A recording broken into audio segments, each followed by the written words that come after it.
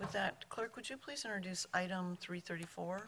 Yes, item 334, consideration of recommendations from the Charter Review Committee regarding a potential ballot measure related to Charter Section 43D, Citizens Review Board on Police Practices, CRB, and related waiver of Council Policy 000-21. Note that this item is not subject to the Mayor's veto. We do have a number of speakers, 2 in opposition, and it looks like 2 in favor on this item. Item 334 consists of recommendations from the Public Safety and Livable Neighborhoods Committee to amend Section 43D, Citizens Review Board on Police Practices. This item was considered at the Charter Review Committee June 15, 2015, Public Safety and Livable Neighborhoods Committee September 7, 2015, Rules Committee January 12, 2016, Public Safety and Livable Neighborhoods Committee March 23, 2016, Charter Review Committee April 20, 2016, and the Rules Committee on May 18, 2016. March 23, 2016, the Public Safety and Livable Neighborhoods Committee unanimously approved and forwarded the recommendations you are considering today, which are to rename the Citizens Review Board as the Community Review Board on Police Practices, replace references to the City Manager with Mayor and City Council, and add to the charter that the review board shall review all cases involving in-custody deaths and officer-related shootings. Additionally, for your information, though it was not for our consideration, the committee also recommends to the Mayor's office the following changes in policies and practices that could be implemented now and codified in the municipal code if the voters approve the above charter changes. Extend the terms of the volunteers from 1 year to 2 years, develop a process by which Community Review Board members can audit Category 2 complaints and pull specific cases for review, include funding for independent counsel to provide additional advisory capacity to the Community Review Board. I'm very pleased the FY17 budget we approved does contain this funding. Provide additional Community Review Board staff resources and enhance the accessibility of policies and procedures. And finally, the committee's requested the city attorney conduct legal analysis as to whether more information can be provided in the case review rationale and complaint letters, and to bring forward a contract for independent counsel for the Community Review Board to the full council for approval in fiscal year 17. With that, I will turn it to public comment.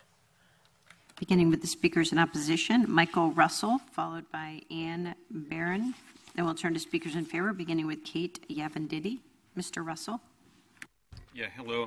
It was unclear to me exactly what I was in opposition to. I guess what we're looking at is having the city attorney write a proposition for the fall for this, based on those recommendations.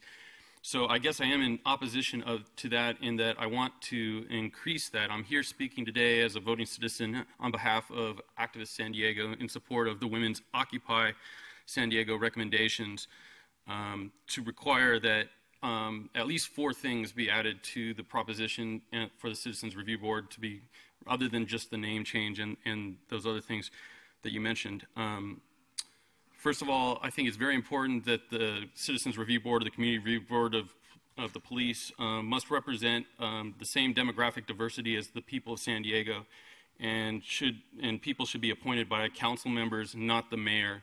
That's a definite conflict of interest based on the fact that we've had former police chiefs become mayor. Also, the Citizen Review Board must have subpoena powers and be able to depose officers, and the budget should be independent and be large enough for investigators and legal counsel when necessary. And it should be able to call grand jury investigations independent of the Internal Affairs Department. Also, all complaints against the police must be reported to the CRB, and they should have their own independent online database of citizen complaints that any citizen or community member can access. Finally, the 4th thing is that all body cameras footage that must be accessible to the Community Review Board, because as the council knows, the police have denied those body cameras to the public and even to the press. So we have to have someone who has independent oversight and access to those body cameras to be able to review incidents that can be very brutal. And finally, I think that in the recommendation by Women Occupy for a 4-year term is vital, because you need consistency and people have to learn how the board works, and it should be rotating terms with a 2-term limit.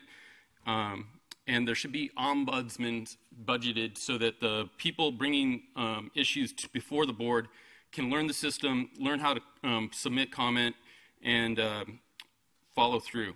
And I think this is a one-time chance, because we haven't reviewed the city charter in 85 years to do this, so we should do it right. Thank you. Thank you. Ann Barron. Then we'll turn to speakers in favor, beginning with Kate Yavenditti, followed by Martha Sullivan. Hi, Ann Barron. I'm a member of several activist groups in San Diego. And I'm not actually opposed to what you're presenting. I'm just really, really disappointed that it's so tepid. It is so weak in the face of what's happening today with policing around the country. And Women Occupy and other supporters and endorsers have worked so hard for over 3 years to get a full, robust, independent, transparent CRB, a community review board that has its own independent counsel, not someone that's recommended by the city attorney, but really the ability to go out and hire its own city, its own independent counsel. And why I'm so concerned is because I'm seeing pictures like this now coming out. So we're not talking about, you know, your average cop on the beat. We used to refer to them as peace officers once upon a time. We now have the full militarization of the police here in San Diego. This is terrifying. And I have not heard one council person come out in protest. You may have, I'm hoping somebody did, to see the full assault on Barrio Logan after the Trump rally. Now, I know there's investigations going on. We hear that all the time. But this is the face of fascism. And nearly everyone in this room at one time or another, our forefathers, our foremothers, have been the victims of this kind of fascism, of full control of the civic sector by a fascist police force under the control of a government. So I'm hoping that at least some of you have protested what happened in Barrio Logan after the Trump rally. Another reason why I'm totally concerned is because of we have Patricia Krall. Now, Patricia Krall is a San Diego police officer, and she has an Instagram where she's out there going, come on, riot, because she got these pretty, new, shiny military equipment from Homeland Security, and damn, didn't she want to use that? So this has me terrified, and we need to make sure we have proper oversight of our community's police force. We need a peace force, not a police force. I'm willing to work further on this. 2018, perhaps we'll have a chance to make this stronger. Thank you. Thank you. Turning to speakers in favor, beginning with Kate Yavenditti, followed by Martha Sullivan, followed by Martin Eder. Good afternoon, Council President Leidner and City Council members. We've talked many times before, and I want to thank you again. As you know, I'm a member of Women Occupy San Diego and a member of the National Lawyers Guild, and I join with the two opposition speakers in saying, I don't know, it's hard to say that we approve or that we are in opposition. I want this ballot proposal on the ballot. And we appreciate that we've had many conversations and we've had a lot of time to talk and meet with many of the staff members, and we appreciate the very small, minor changes that have been put on this ballot proposal. We also appreciate the suggestions to the mayor, many of which were our suggestions. We also appreciate that there's money in the budget, which was part of our recommendation. But as everyone has said, and you've heard, and we'll say it again and again and again, this is baby steps. This is not enough. This is nowhere near what the city of San Diego needs as far as having a truly independent, accountable, responsive, transparent community review board. So we are hopeful that we've been having this dialogue and that this dialogue will continue, and we will continue to dialogue with you, with all of the city council members, assuming with this proposal you will all now be part of responsibility for the Community Review Board. We will continue to dialogue with the mayor, and we have some other plans as well. We will certainly continue to monitor what's going on with the Community Review Board. We will work with members in the community to file complaints and follow through that process and see what's going on. We will take Councilmember Emerald's comments, as she says almost every time that we're here, about recruiting members to the board. And I will comment that, in fact, we have done that, and almost everyone we've recruited has been rejected. But we know that there are many people who are in front of the mayor now to be appointed. So we certainly hope that this proposal will be accepted and put on the ballot. And we want the city council member to know that we will support that and hope that it gets voted on, but that we will continue to work as with all of the 27, 28 endorsing organizations and all of the community members that we've been working with. We will continue to work for what we really want in the way of reform and accountability of the police department. Thank you. Thank you. Martha Sullivan, followed by Martin Eder.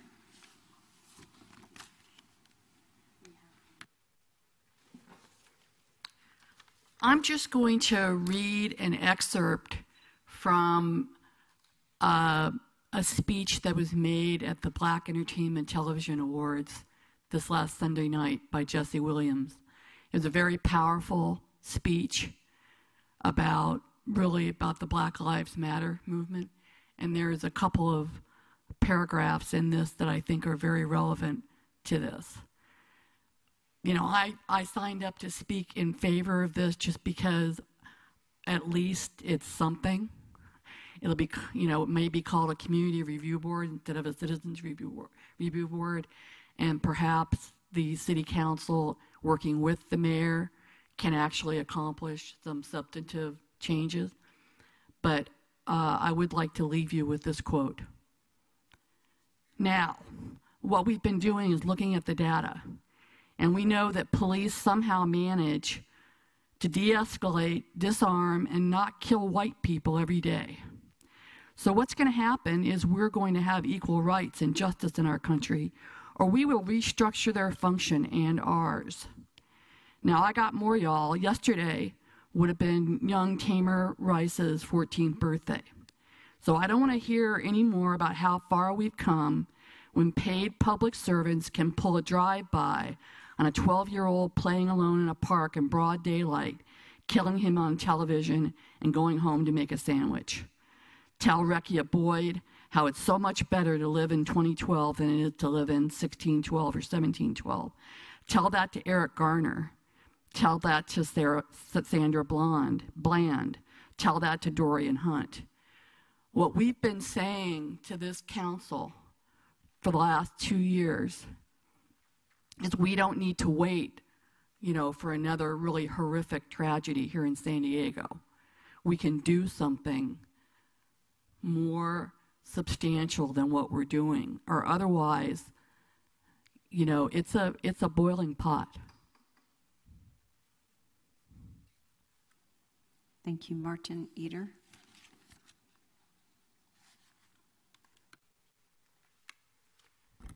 Martin Eder with Activist San Diego. I live in City Heights, and I know and recognize a lot of the tension that exists between community members and those that live in the community.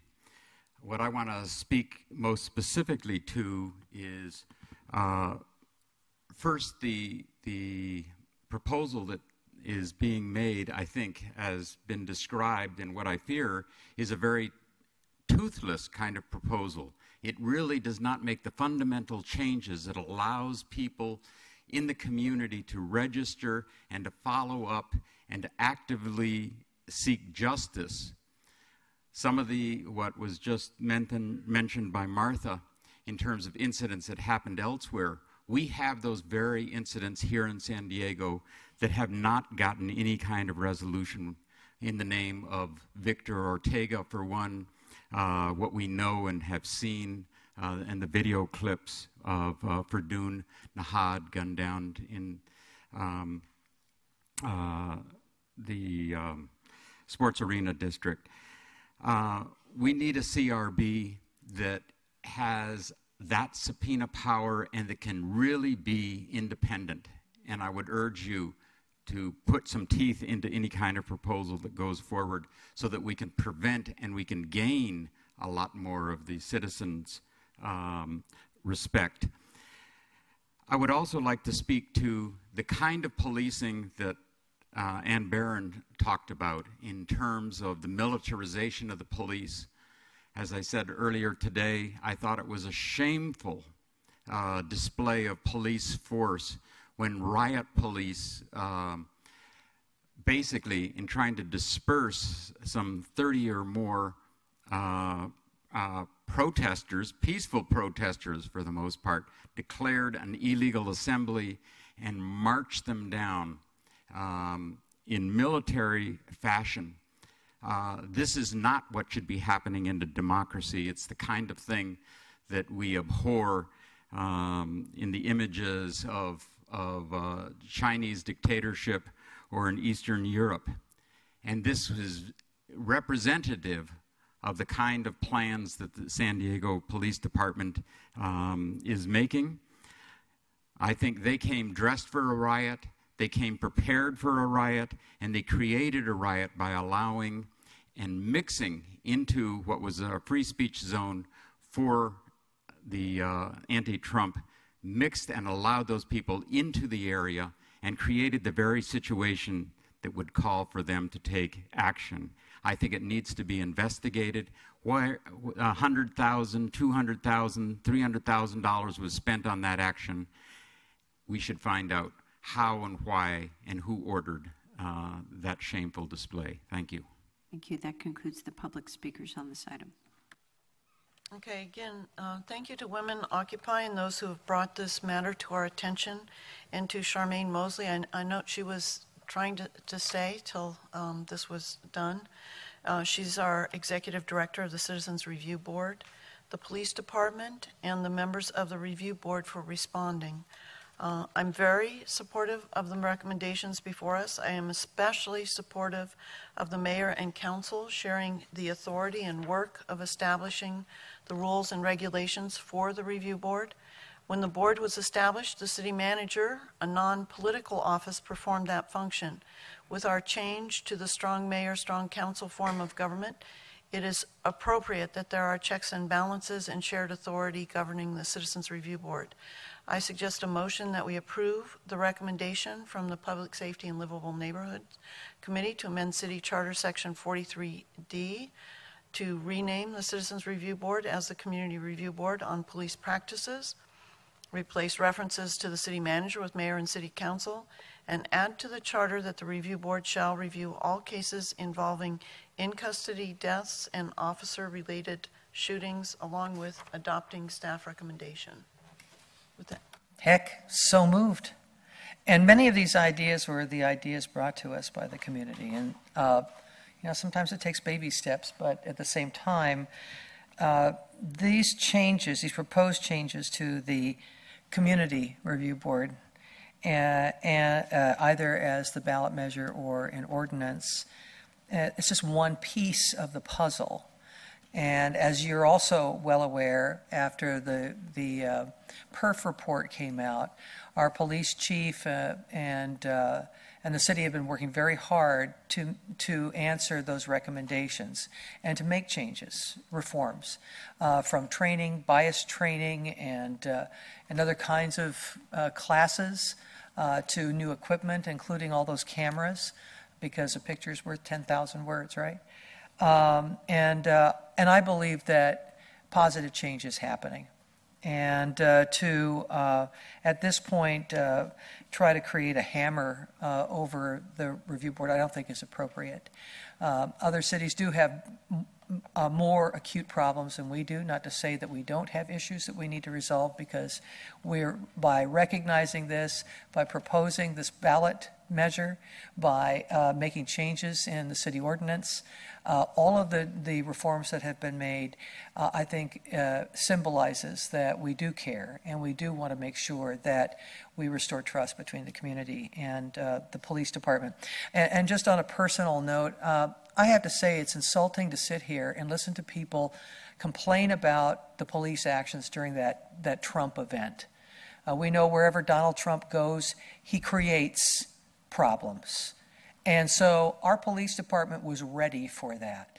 And like preparation anywhere, it seems that when you're really prepared, nothing happens. And that's the good news. They didn't go there to try to create a riot. They went there to make sure that we didn't have a riot on the streets of San Diego.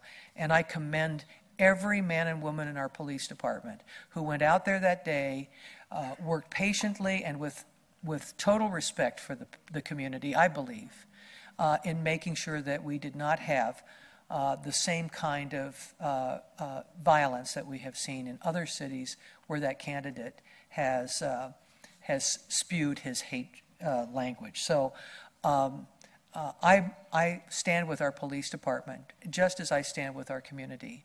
And these reforms to the CRB, I believe, are the result of that collaboration and all of us standing together to make change.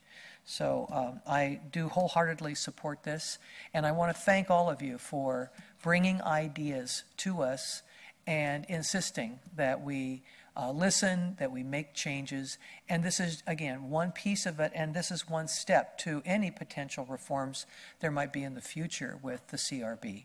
Hopefully this is going to help. Not a total solution, one piece to the puzzle, but I believe we're moving in the right direction. So thank you again for your input, and I support this going forward.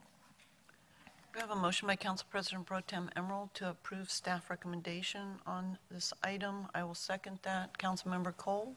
And I wanted to second that, but you did. I'll let you second it, ma'am. Not a problem. Thank you. And I also support our police officers with their actions, because I was holding my breath, not wanting anyone to be stabbed or shot, and they were not. So I commend the officers for being prepared for that, because that's what I thought was going to happen, and it did not. Now, and I want to just say also, I support the Citizens Review Board proposal being brought forward. I also support the name change of the board from citizens to community. It is more inclusive. It gives them buy-in, and I think that it's a good thing to do. And it gives the council and the mayor joint authority over the board. I support that. And it mandates that all police involved deaths be reviewed by the board. There has been progress made by this council to improve the CRB. Council has identified funding in the upcoming budget to provide the CRB with independent counsel, which they wanted, and we're giving it to them. And we have also reviewed the CRB's first annual report, which came before the PSNL in April. And thanks to our new executive director, Charmaine Mosley, she's still here. I saw her earlier. Unfortunately, she had to run to a closed session meeting for the CRB. Well, I want to thank her for her leadership. And this has not been done in years. So, you know, I support the progress, because it will only get better, because we will make sure that it continues to get better and better. However, I am looking forward to a discussion at a later date to that will be giving the board more discretion over the types of complaints they review. But for now, I will support this proposal, and I look forward to reviewing the ballot measure language when this item passes today. Thank you. Thank you, Ms. Cole. And I think one of the things that you and the council members who will be here will need to be mindful of is, once this is approved by the voters, to properly take care of the definition in either ordinance or council policies. Definitely will, Council President. Councilmember Gloria? Thank you, Ms. Leitner, and thank you to your committee, as well as Ms. Emerald's committee, which I serve on, for, I think, the thorough vetting of this proposal.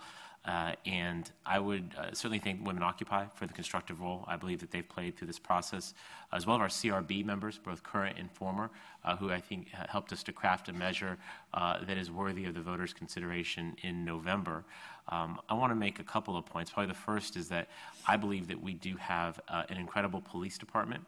Actually, was thanking Chief Zimmerman just a few days ago in the aftermath of Orlando, when a lot of my constituents were feeling very insecure. She and the department stepped up and provided additional levels of patrol, were very responsive, showed exactly what it is to be a community-oriented police department. A lot of my small businesses and others were very much impressed by what was going on there.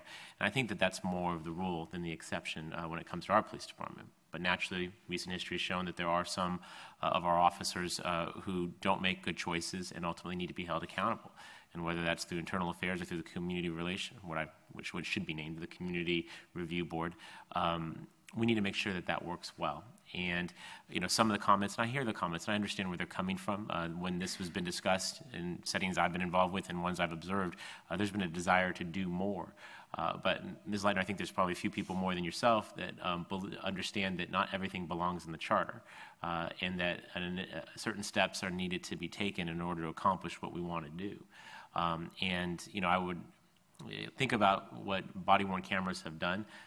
If we had a policy that did not address that in the city's charter, that couldn't be flexible enough to address changes, circumstances, technology, that would not serve the community well. I think what we do with this measure is to insert the council's prerogative as a co-equal branch of government to address this issue and then continue to work on the issue going forward. So this is in no way half a loaf in my mind. I think it's a very full loaf. I think this is a full and aggressive measure to start taking true steps to making sure that we are holding our police department accountable, and by doing so, ensure we retain the trust of the neighborhoods that we serve.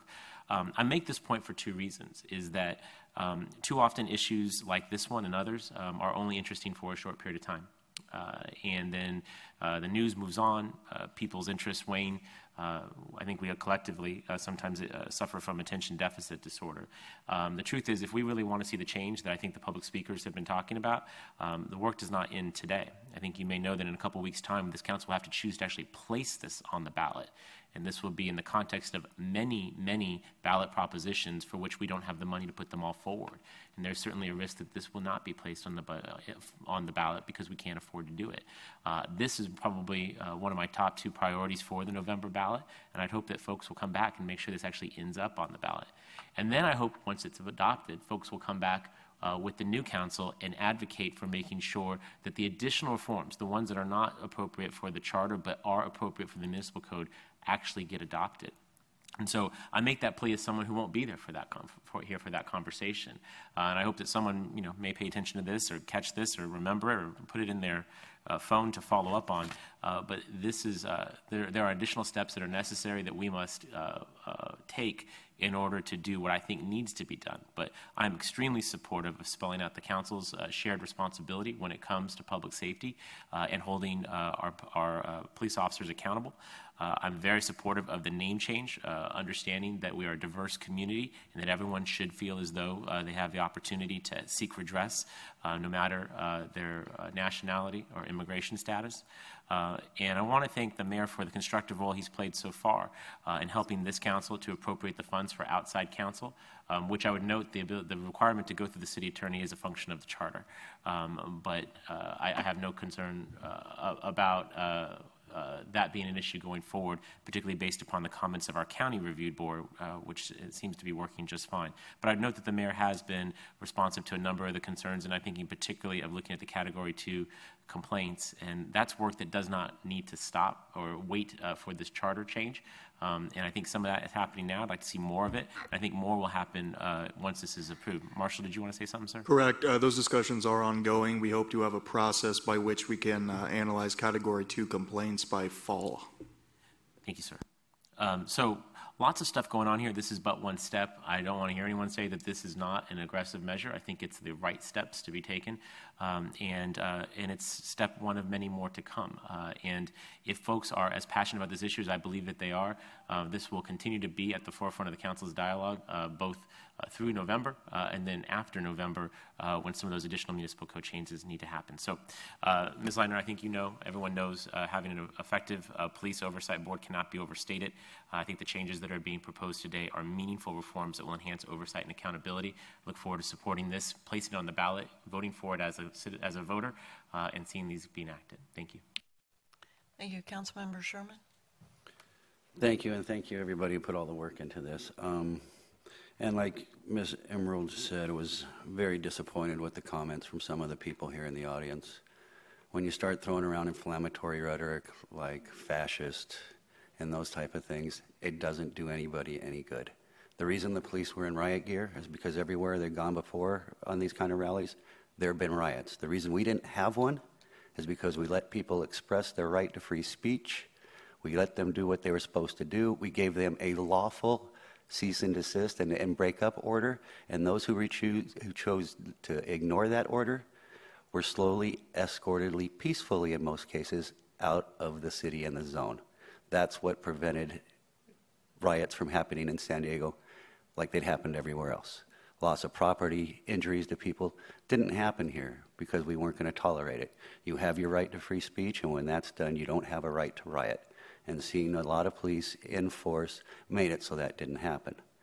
And when you come down here and start throwing all those kinds of words around, you're not helping anybody. Especially now that I find out that people from Women Occupy actually helped craft some of the wording on this. Seems to me like these are people who have an anti-cop agenda.